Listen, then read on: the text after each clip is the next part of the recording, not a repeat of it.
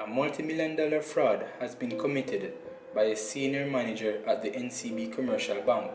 The investigation is still ongoing by the Police Counter-Terrorism and the Fraud Squad and the Organized Crime Investigation Branch. The senior manager has been identified to be Andrea Garden, age 52, who worked at the Trafalgar Road branch of the bank. She has been charged with theft as a servant.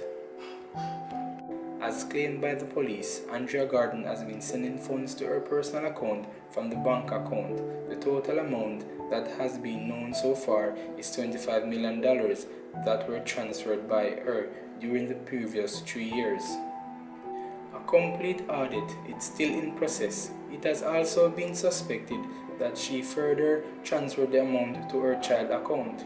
She has been offered station bail for $1 million with guarantee.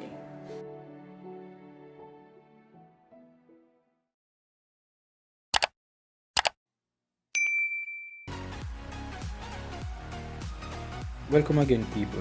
Remember to leave a comment below and share and like the video and subscribe for more great content, and remember to check out one of our suggested videos on the screen. Until next time, peace.